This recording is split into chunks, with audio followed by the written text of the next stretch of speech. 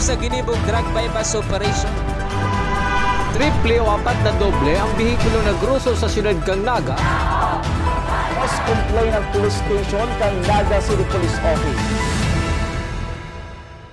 Newsbreak. Sa headlines kan mga barata, kaso ng dengue sa Bicol naglangkaw. Nagada na rebelde sa engkwentro sa San Fernando, Camarines Sur, ipinalubong kan lokal na gobyerno. Naga City Police Office nagihiro na kontra sa mga manlain-lain na modus ngunya na Peña Francia Fiesta. Mga bagong estudyante kang Naga College Foundation tulong aldaw nag-atindir sa orientation seminar. Diyos marhay na banggi. Ako si Mark Mendoza. Asin ako si Antoinette Eduardo. Kami ang sa indong tagapagatod Bareta. Summer Employment Program kan lokal na gobyerno kan Naga para sa mga estudyante natapos na ngunya na bulan. Ang detalye sa report ni Christine Alcanzo Reyes. 768 na benepisyaryo ang total na natabangan kang programa kang gobyerno nasyonal, katuwang ang Department of Labor and Employment sa syudad ni Naga, iyo ang Special Program for Employment of Students as in Summer Employment for Enrollment. Susog ki Mr. Roderick Reforzado, Acting Manager kang Metro Peso, hinahalat na lang ninda ang mga kaipuhan na papeles kang mga nag-apply araw kang daily time record as in accomplishment report para mataawan na ning sweldo ang gabos na estudyanteng kabali sa programang ini. For this year, our summer employment program, which consists of two components. Number one, the special program for employment of students, which we implement in partnership with the national government through the Department of Labor and Employment. Benefit ang program ng 110 beneficiaries. So, tapos na din po sila. And then for our localized implementation of SPES, which is the second component of the summer employment program, the SEFE, Summer Employment for Enrollment, nag-benefit din siya ng 658 beneficiaries, student beneficiaries.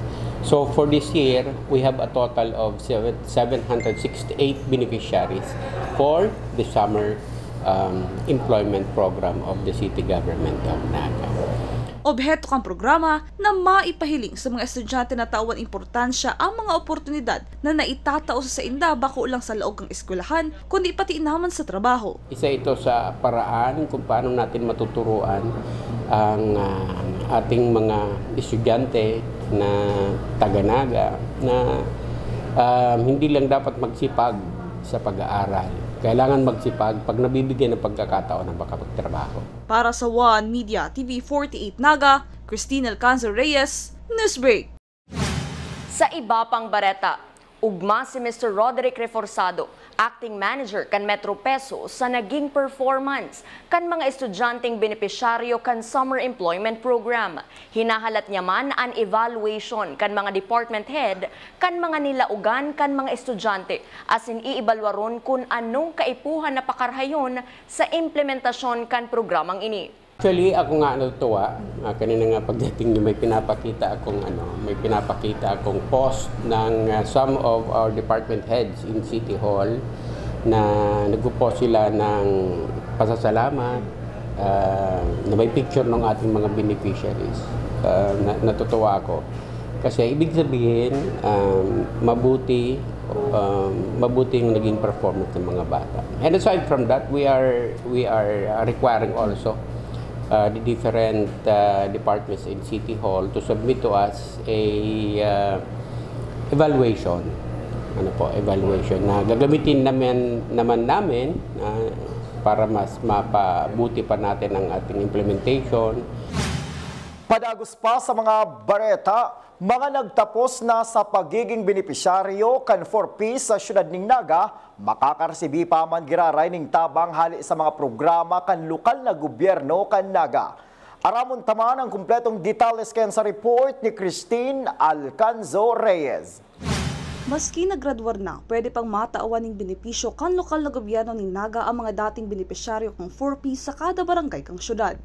Susog sa pamayok ang City Social Welfare and Development Office na si Ma'am Annabel Vargas, sanggawadan asin Queen ang pwede nindang malaugan kung sinda makapasar sa assessment na gigibuhon kang CSWDO. Inaapod bing exited sa 4-piece program, pero dahil nga ni taga-naga sinda, so willing man ang LGU, so commitment na i-embrace gari sinda sa paagi ka mga programa na yaon sa LGU. Halimbawa, sanggawadan. So, kasi sa 4-piece kasi, tulumala ang entitlement na aki. So, balik kung igwa pa man yung mga saradit na aki na pwede pang maglaog sa sanggawadan program, sa Queen program, so pwedeng i-accommodate sinda. May nagkapira naman ang nagpepreparar kan sa ng kaipuhan na papeles asin pinag-a-assess na kan CSWDO para makabali tulo sa sanggawadan asin Queen. Dagdag pa ni Ma'am Annabel Vargas, di man napundo ang pagtaon ni tabang sa mga naggraduan na benepisyaryo. Nagtatao pa man sinda kung ininanga nga ipuhan nin tabang arog kang bulong. Dependent pa rin yan sa assessment ng social worker. So, di man pwedeng, di man agi sa assessment. Assessment in a way na saan sinda pwedeng iswak na programa kang LGU. Katawang man kan CSWDO ang mga presidente kang sanggawadan para mapadali ang assessment kang mga naggraduar sa 4-piece program. Para sa One Media TV 48 Naga, Cristina Alcanzo Reyes, Newsbreak. Sa iba pang bareta, masunod ang lokal na gobyerno kang naga sa aumento sa sweldo kan mga empleyado sa kasuguan kan gobyerno nasyonal. Susug kinaga City Mayor Nelson Ligacion, kukwentahon na subuot kan budget office kung pira ang kaipuhan para magibo ang pagdagdag sa sweldo kan mga empleyado kang lokal na gobyerno kan naga. Masunod po kita sa kasuguan kan gobyerno nasyonal based on Executive Order number 64 issued last August 2, 2024. Gustong sabihin, bago pa po ining kasuguan na ini, and sinasabi po si pag-adjust, pasakat, pataas, kan sweldo kan mga permanent and casual employees sa bako lang sa mga departamento as in ahensya kan gobyerno nasyonal, kundi siring man kabali po ang mga local government units. Data pa po aram kung gurano ang kinakaipuhan na kantidad for this year and also for next year. Pero pareho po kan nasabi ko kasi bago, may instruction na po sa budget office na i-compute na kung gurano po siya asin hanapan na po ni budget sa Inbamako. So bago, medyo optimistic po si Councilor Buddy. Nasabi na din po sa kuya si possible source po kayo ito. Padago sa mga bareta, matapos na mayo subuot magkuang kapartidaryo sa nagada na rebelde sa barangay Tagpukul, San Fernando, Camarines Sur, ipinalubong na ini ni San Fernando Mayor Fermin Mabolo. Susug sa alkalde, ipinaaraman subot ninda sa militar asin PNP ang pagpapalubong sa nagada na rebelde. Nabasado sa impormasyon na nakaabot sa alkalde, nag-eedad 17 anyos. Actually, hindi interes Talagang napilitan tayo na ayusin na lang yung biktima na maipalibing dahil ayaw na rin i-claim ng pamilya. Kadalasan ng araw dito sa aming bayan, pag may mga engkwentrong ganyan, pag may namamatay na hindi kilala, hindi walang pamilya, binabaon na lang dun sa sementeryo na walang ano-ano, binabalot na lang sa banig o sa kumot. Tao rin yan, may dignidad and kailangan ng pagpalibing ng bawat isa ay may dignidad din. Ako bilang ama ng bayan, sa akin ang lahat ng buhay ay mahalaga. So kahit sa kamatayan, kailangan mabigyan pa rin ng dignidad ang libing ng isang tao.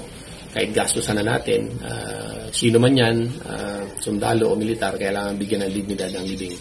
So kaysa bumaho yan at kung ano pang mangyari dyan sa punerarya, naghingi ng tulong yung punerarya kung anong disposisyon, tumulong din sila na rin ang nagpagawa ng kabaong, and then babayaran na lang namin and nailibing na ng mga ayos. May coordination din tayo sa militar na since wala naman ang magkiklaim, so inayos na namin yung libing.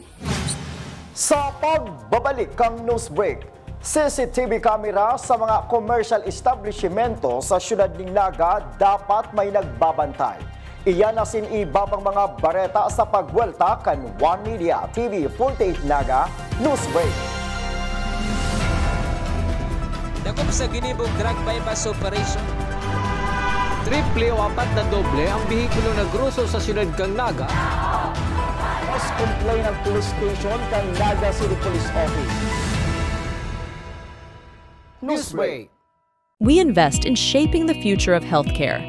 Our investment in the state-of-the-art facilities and the latest equipment means our students gain hands-on experience with the current technology driving the healthcare industry forward. From immersive laboratories to AI-powered patient model simulators to innovative learning environments, our graduates are prepared to meet the challenges of modern healthcare. The Naga College Foundation, College of Health Sciences, your premier leap to becoming a champion of healthcare.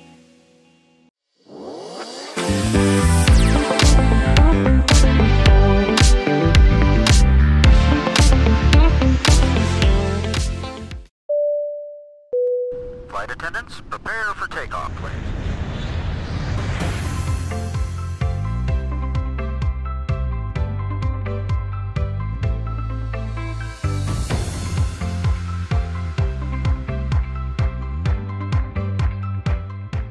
Slip life vest over your head. Take the tape around your waist.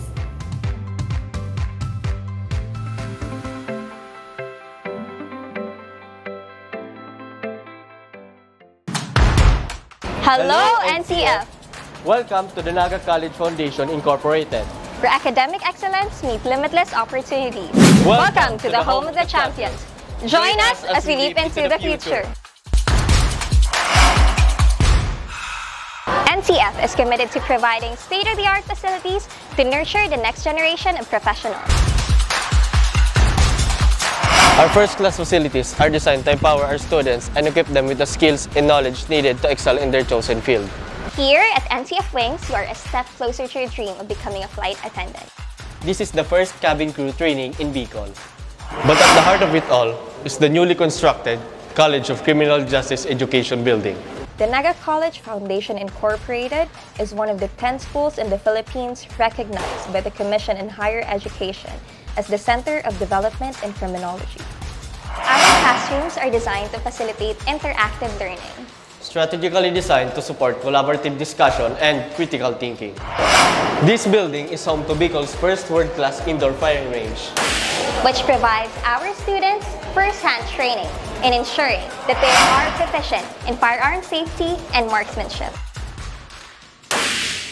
From crime scene simulation laboratories to forensic science facilities, NCF CCJE has a wide range of specialized resources to prepare its students for various career opportunities in criminal justice. Unlock your potential today. Join us as we leap into the future. Join the Naga College Foundation, College of Criminal Justice Education.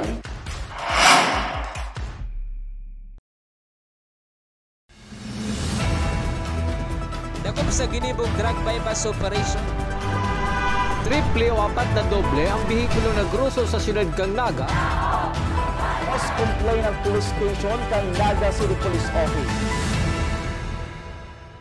Newsbreak. Sa pagpapadagos kan mga bareta, 40% ang inilangkawa sa bilang kan kaso nin dengue sa Kabicolan, basado sa datos kan Department of Health.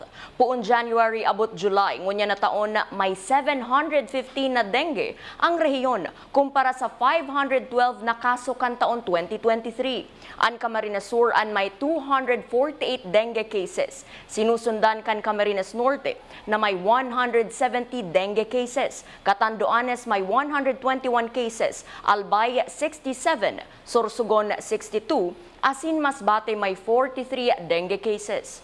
Saro man na anagadan sa dengue sa Camarines Sur, duwaman sa Catanduanes asin saro sa syudad kan Legazpi. Sa satuyang police report, sarong plastic sachet ning pinagtutubod ang shabu na nagkakantidad 3,000 pesos ang nabakal subuot kan mga operatiba kang Police Station number 6 sa 44 anyos na construction worker na residente kan Barangay Kararayan, Syudad ning Naga. Apwera pa ini sa 13 Hidsel transparent plastic sachet na subuot may laog ning shabu na na-recover kan magkondusir nin body search. Kapot mo niyan kang Police Station number 6 ang suspek na pinag-aandam na ang kaso kontra sa suspetsado. Padagot sa mga bareta, Naga City Police Office may amay ng mga lakdang para sa seguridad kan mga mabisita sa syudad ni Naga. Ngunya na paabuto na Peña Francia Fiesta. Ang detalye sa report ni Melvin Machado. Ngunya na paabuto na Peña Francia Fiesta sa syudad kang Naga dadakol ang bisitang maarabutan para magsimba asin magpasyar. Sigurado ang Naga City Police Office na pati mandurukot sa lisi asin iba pang modus ang makikipagsabayan sa kaseributan sa masunod na mga aldaw. Kung kaya para kay Police Lieutenant Colonel Salvador Ortañez Jr., Deputy City Director for Operation, nagpupuna sila magtipon ka mga retrato, videos ka mga nainutang nadakop na suspect sa kaparehong modus para amay nindang mapag-andaman ang anuman na plano kan mga ini. Yung mga names ng personalities and mga pictures ng mga previous suspects na involved sa theft and other incidents, most especially yung budol-budol. So may mga measures na tayong ginagawa para to prevent. Kasi ang target natin dito, ang objective is ma-prevent na magkaroon ng insidente. Idinagdag pa kang opisyal na mas marhay kung sa aktong ginigibo ang krimen, madadakop ang mga suspect. Urog na sa mga mall kung kaya nakikipag-koordinar subod sinda sa mga may sadiri ning commercial establishment sa syudad kang Naga na opera kang CCTV camera. Dapat igwama nagbabantay kan monitor. Naka-in place na and we are encouraging them na magkaroon ng operator, taga-monitor yung kanilang mga CCTV. Dahil mas maganda yon na mahuli natin sa akto kesa sa follow-up operation. I-review pa natin yung CCTV. Siring kang dati, makakatuwang man kang Naga City Police Office ang augmentation force na ipapadara kan PNP Regional Command 5. Para sa One Media, TV48 Naga, Melvin Machado, Newsbreak. Padagos pa sa mga bareta, sarong backpack na may lamanin laptop na nagkakantidad 36,000 pesos as in charger ang sinikwat kan 47 anyos na suspek na residente kang 3rd Street Doña Clara Concepcion Grande, Syudad ning Naga. Mientras na ang backpack nakasabit harana sa bintana kan kwarto kan biktimang babae na daina pinagpangaranan sa report kan PNP. Huli sa CCTV footage, nabisto ang suspek as inaaresto. Nabawi man ang backpack na sinikwit kaini. Sa iba pang bareta, tulong aldaw na orientation seminar para sa freshmen kan Naga College Foundation pinagkondusir para i-welcome sinda sa NCF community. Ang detalye sa report ni Mary Franz Lanuzo. Sa pagbukas nin panibagong semestre, manlain-lain na emosyon ang namatean kan mga freshmen as in transferees na malaog sa Naga College Foundation. Kaya saro sa ginibo kan Guidance and Testing Center ay yoan magkaigwaning 3-day orientation seminar na inapod ni Dang Impulso. Kung sain pinagheras ni Mr. Manuel Anton Perez ang mensahe sa likod kan temang ini. Orugman ang naging halabang preparasyon para sa nasabing aktibidad. Yung word kasi na impulse or yung impulso, kung isa-search mo siya sa Google or sa dictionary, ang ibig sabihin niya is a sudden desire to do something. So this year, yun yung napili nating theme kasi gusto natin iparating sa ating freshmen and transferee students na NCF is a very safe and supportive place for them para marating yung dreams nila, para ma-fulfill yung goals nila. The biggest key for the success of this event is a communication. Months pa lang, even months before or weeks before, nag-gather na tayo ng ating mga committees and yung mga volunteers natin from the student body and of course yung organizers. Nag-gather na tayo months before para mag-brainstorm and magkaroon ng mga different ideas para mapaganda yung ating ORSEM this year. Of course, hindi mawawala yung mga hindi pagkakaintindihan ng ating mga volunteers, ng ating mga organizers. Pero so far, since nandito na tayo sa last day ng ORSEM, So far, parang magiging success naman yung ating event. Apwera man sa mainit na pag-welcome kan NCF, saro sa obheto kan aktibidad, iyo na ipamati na igwang mararanihan asin pwedeng magtabang sa mga bagong estudyante, arog kan adjustment sa pagklase asin maging pamilyar sa institusyon. Naging mataryumpo man tulos ang gusto nindang magibo. Mantang saro ang freshman tiger na si Elizabeth Lim sa naka-eksperyensya nin magayon na pag-ako sa NCF. Dakol naman subot siyang nahihiling na gusto niyang gibuhon pag-abot kan karalasehan. I'm really feeling excited po, especially this is a new door for me. Actually po, I'm a transferring student and this is my second or sem na po, and I really feel comfortable po around this new campus because po, very accommodating po yung mga ates and kuyas na volunteer, and very informative naman po yung RSEM. I look forward po on joining more orgs, especially po I plan on joining the Advanced ROTC, and I plan to meet new people po and to create, new memories within this school. Ang pag-abot kan mga bagong NCF Tigers, saro sa mataong kadagdagan na kaugmahan asin pagkasararo sa mga maabot mang aktibidad para mas maging matariyumpo. Para sa One Media TV48 Naga, Friends Lanuzo, Newsbreak. Asin yan ang mga bidang baretang nakalap kan mas pinakusog na puwersa kan One Media TV 48 Naga News in Bicol Affairs. De malingaw na i-follow ang samuyang official Facebook fan page One Media TV 48 Naga. Ako po si Mark Mendoza. Padagos kaming mahatod nin mga baretang garantisadong nangingenot as sinapapanahon. I-hit ang subscribe button sa samuyang official YouTube channel, One Media TV 48 Naga, tanganing updated kita sa mga bareta asin istoryang bida. An Bicolano. Ako si Antoinette Eduardo asin ini, an One Media TV 48 Naga, Newsbreak. Dakop sa ginibog drug bypass operation. Triple o 4 na doble ang bihikulo na gruso sa siyudad kang Naga. Mas complain ng police station kang Naga City Police Office. Newsbreak.